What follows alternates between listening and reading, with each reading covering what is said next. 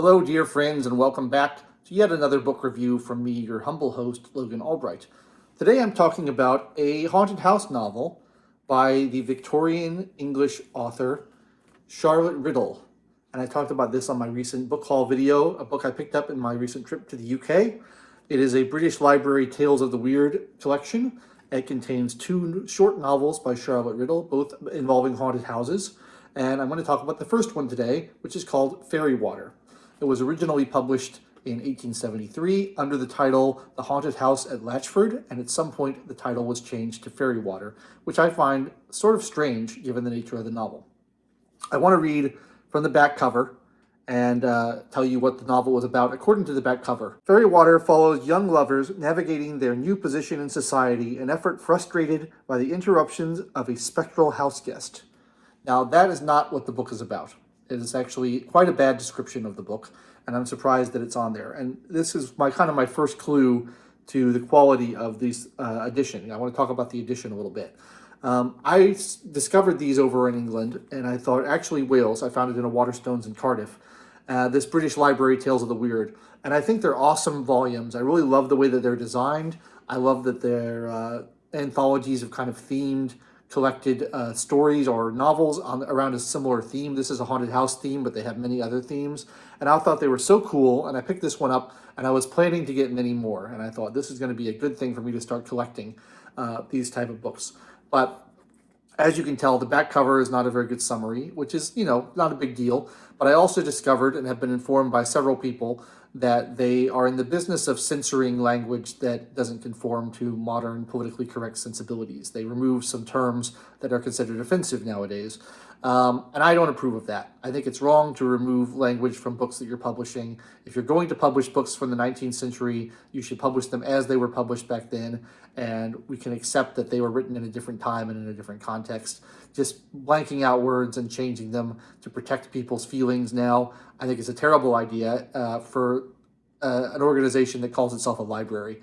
I mean, libraries are supposed to collect and preserve, not change. So I'm against that. That's my little rant on that. But let's get on with the book of Fairy Water. I really like this book. It's very strange, and it's particularly strange given modern sensibilities. It's particularly strange given the way that novels are written now versus the way novels were written in Victorian England. I really like 19th century novels. I really like Victorian novels, but they're very, very different than the way things are written now. For one thing, they're much, much slower. The pacing is very different. Not very much happens in them. And they are more kind of about very subtle themes or manners, and you kind of just the enjoyment of the language. There's not a lot of action in them. And that's certainly the case in Fairy Water. The other weird thing about Fairy Water is that it's narrated by someone who's really not that involved with the action at all. It's narrated by a man named Stafford Trevor, who's a barrister and sort of an idle older gentleman who likes to eat out at other people's houses and go to parties and not really do much. And he's like the narrator, and he's telling the whole thing from his point of view, which is a little bit strange because he's not that involved in the action. Now, Stafford Trevor has a cousin whose name is Geoffrey Trevor. He's a captain, and he marries a much younger woman named Mary. And they have children together, and then Geoffrey dies. And the central theme of the novel is Geoffrey's will, which prohibits his wife from remarrying. It says that if she remarries, she loses not only the home that they live in, which is called Fairy Water, but she also loses access to her children, which are going to be placed in care, like some kind of a foster care or boarding school situation, rather than stay with their mother. Now, the fact that this is even possible is shocking to me. Like, it's so outside of what we consider normal now, that a man could put in his will that if his wife remarries, she doesn't get the children that are her children. That's completely crazy. So that's sort of the main contrivance of the novel. I mean, I guess that was true in Victorian England. I'm not suggesting otherwise. But the fact that it was true is just so strange and shocking compared to the way that these things are handled today. So I found that really interesting. And it actually took me a long time to understand that plot point, because I kept having to go back and reread the will and be like, I don't understand what's going on here, because it didn't never occurred to me that was a thing that could happen. So that's kind of what the story is about. It's about Mary trying to figure out, What's she going to do? Is she going to remarry? Is she going to stay single because she doesn't want to lose her children and she doesn't want to lose the home that she lives in, which is called Fairy Water. And again, that's a weird name for the book because the fact that she lives in that house is sort of irrelevant, and that's not where any of the haunting happens. The haunting happens at a spooky other residence called Crow Hall, which I love. I love the name Crow Hall. I love any kind of like building that is just called a name hall. I think that's great. I wish we had more of those. We don't have any of those really in America where you can just like write a letter and on the address write Crow Hall. I think that's great. I wish I had a house called Crow Hall. And it's just such a spooky and evocative name for a haunted manor. I love that. But anyway, like Fairy Water has very little to do with the plot of the book. And also ghosts have very little to do with the plot of the book, to be honest.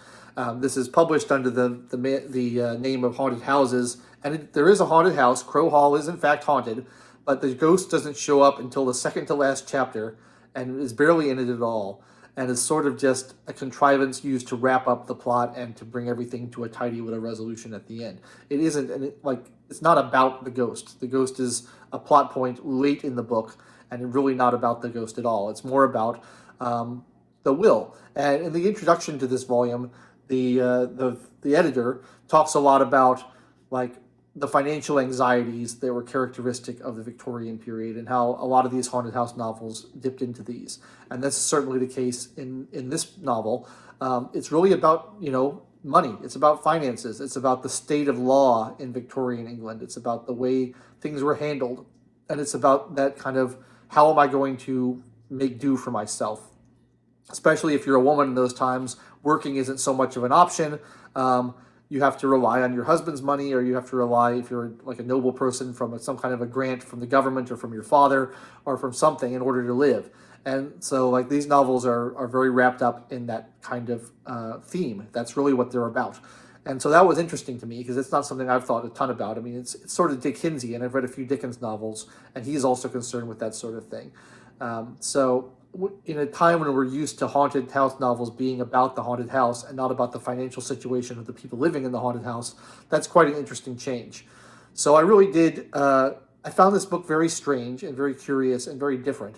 And I think most people reading today would not like it at all because it is very slow, very little happens. It has this strange, eccentric narrator who's very, and that's another thing I wanted to mention is like the narrator is not at all invisible. Like often in most books, the narrator just tells what happens, but the narrator is a character in this book, and boy, is he ever a character. He's got a very strong personality, and it really comes through. And that's a weird choice to make too. So I found that interesting, and I think it's so different from what most people read today that I think unless you are habituated to Victorian writing, you might not enjoy it too much. But I really like that kind of thing. I think it's great. I like kind of being transported back in time to these different times and places and learning about what life was like back there and learning about the kind of fears and anxieties that the people had. I think that's super interesting, and that's why I liked Fairy Water quite a lot. Now, there's another book in here which I think is just called The Haunted House. No, it's called An Uninhabited House. The second novel in the collection is called The Uninhabited House, which I have not read yet, but that's next on my list. I'm going to get to it, and I'll do another video when I finish it, comparing and contrasting it with Fairy Water. We'll see if it's a similar type of thing or if it's different. I'm very interested, and this is not an author that I had heard of before, Charlotte Riddell, or I can never remember whether it's Riddell or Riddell. I'm going to say Riddell, like Tom Marvel or Riddell. So Charlotte Riddell was not someone that I was aware of, but apparently she wrote a lot of books and was fairly popular in her day. So I'm interested to see what her second novel on the theme of haunted houses is like, and if there's as little haunting in that one as there was in this one. That's really all I have to say about Fairy Water. A bit of a curiosity, but if you are interested in Victorian literature and haunted house literature and kind of social commentary a little bit on what Victorian life was like for people who were not super wealthy, I think it's worth a read, and I really enjoyed it.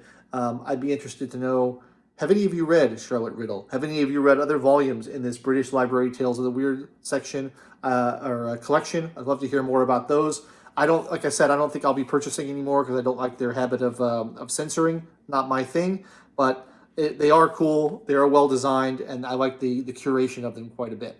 So that's all I have to say. Thank you so much for watching. I'd love to hear from you in the comments. I always love to hear from you in the comments. It's so nice. And make sure you like the video, subscribe to the channel, and I will catch you next time.